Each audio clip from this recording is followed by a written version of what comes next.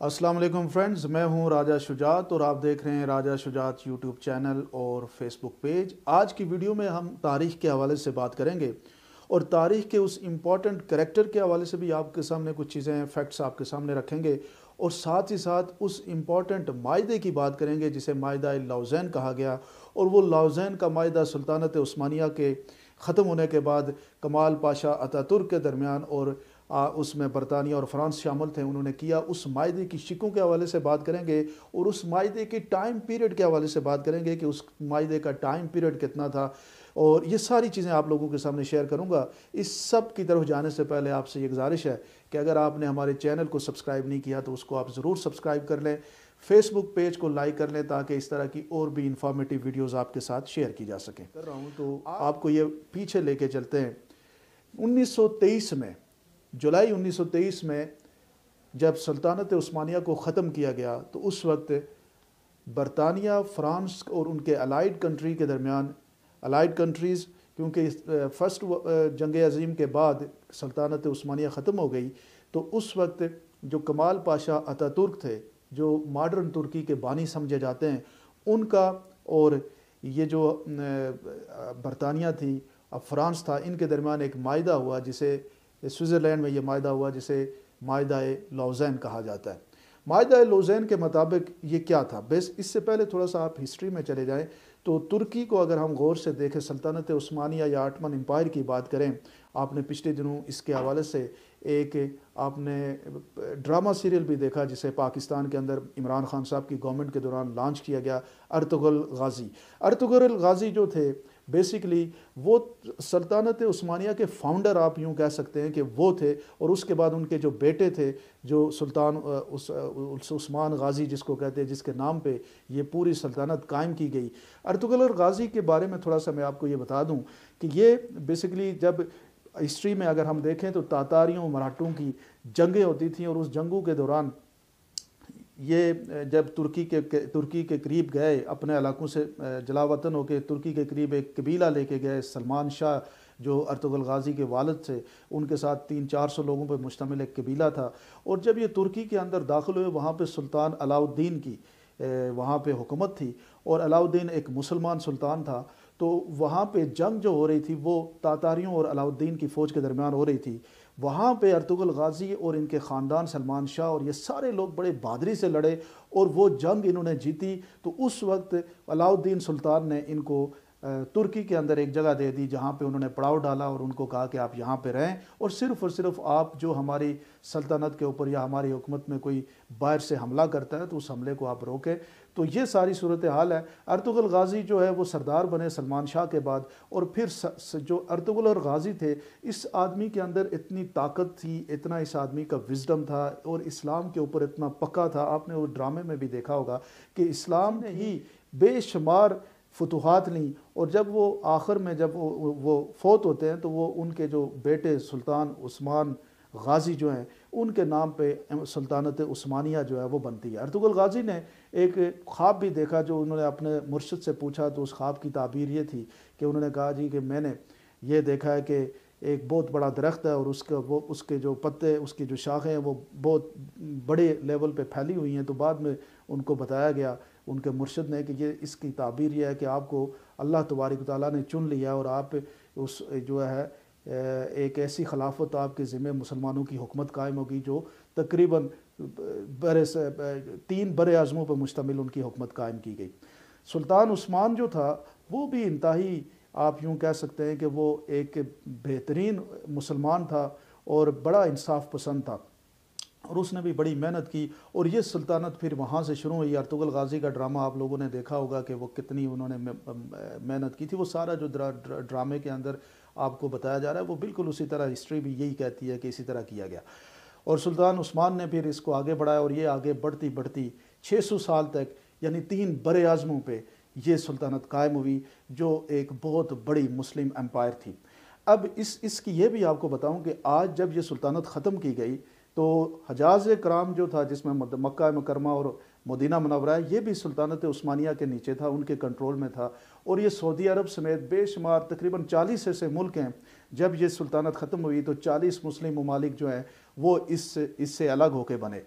یہ جو ساری ہسٹری اس کے ساتھ جڑی ریوائیو کریں گے۔ یہ بھی میں آپ کو بتاؤں کہ سلطنت عثمانیہ کے جو لاسٹ شاہی خاندان کے لوگ تھے، ان کو جلا وطن جب کیا گیا تو کچھ لوگ فرانس میں گئے، کچھ اٹلی میں گئے، اور آج عدنان بیندرس ایک وزیر اعظم جو ہے وہ جب آئے تو انہوں نے عام معافی کا اعلان کیا، اور وہ تمام شاہی خاندان آہستہ آہستہ واپس، اس میں پہلے خواتین کے حوالے سے عام معافی ہوئی، بعد میں پھر شاہی خاندان کے جو میل حضرات تھے ان کے حوالے سے بھی معافی کا اعلان کیا گیا۔ تو ابھی وہ سلطنت عثمانیہ کے جو لوگ ہیں وہ ترکی میں ہی ابھی موجود ہیں، ان کے جو لاسٹ سلطان ہیں ابھی بھی، جو ان کے سلطان نہیں مطلب جو ان کے سردار ہیں خاندان کے، وہ ابھی بھی ترکی میں موجود ہیں۔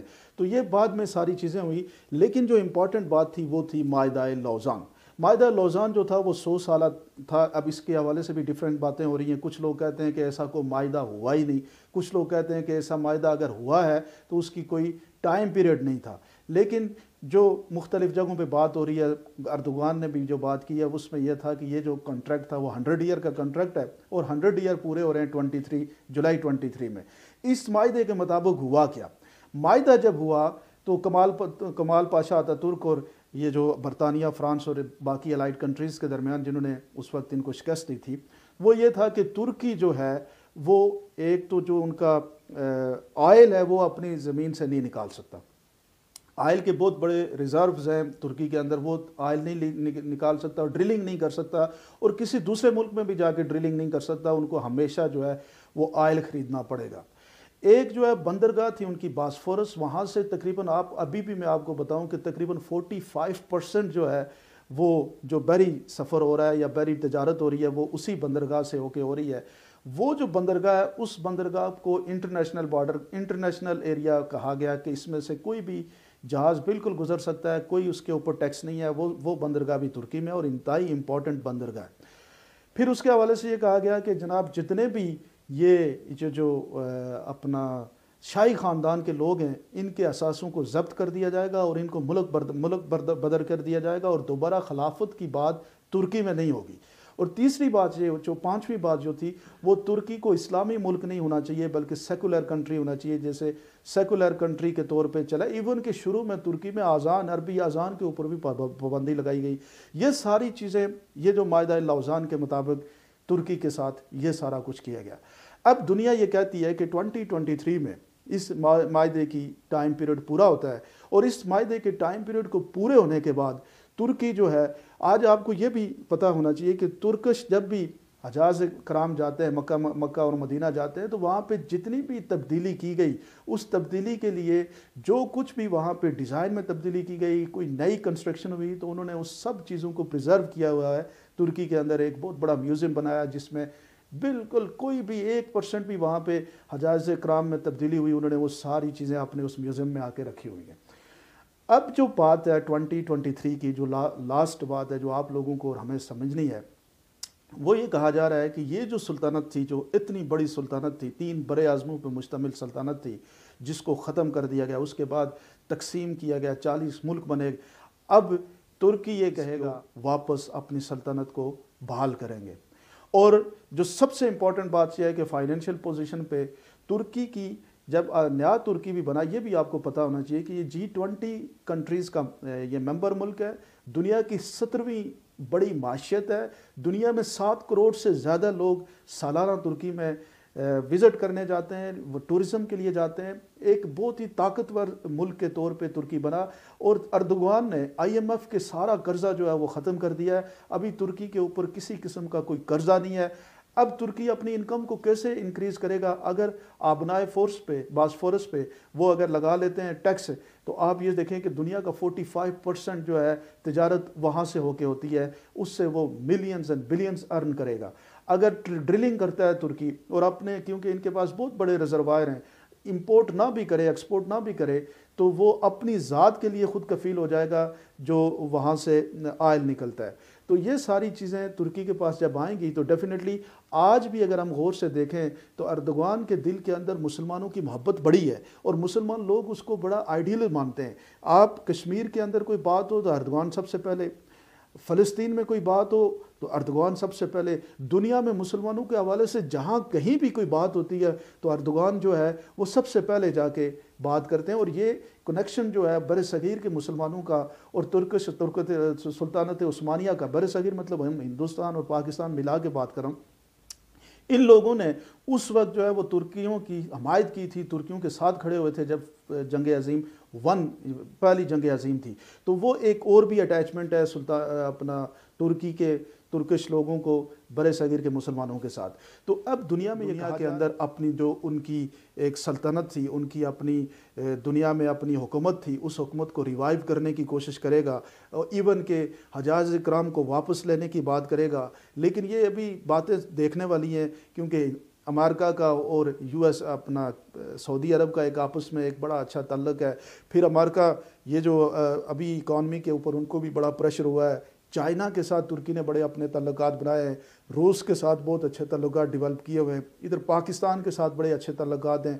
तो ये सारी चीज़ें कनेक्ट करें तो ये नज़र आता है कि वो ग्रेट इस्लामिक कंट्री की जो बात हो रही है, जो इवन के ये भी कहा गया है कि दुनिया में खिलाफत एक दफ़ा दोबारा आएगी। ये सारी चीज़ें अगर हम डॉट को कनेक्ट करें तो शायद इसकी बुनियाद वहाँ से दोबारा रखी जा सकती है।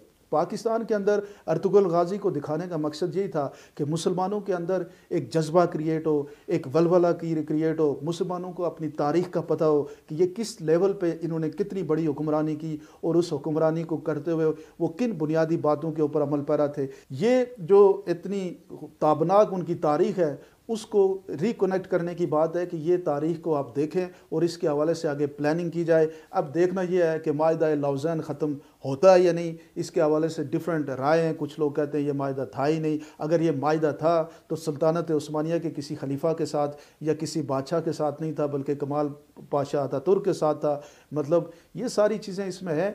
लेकिन देखने वाली बात यह है कि अगर ये माहिदा ख़त्म होता है तो क्या तुर्की एक ग्रेट इस्लामी जो है हुकूमत की दोबारा से बुनियाद रखने में कामयाब होता है या नहीं।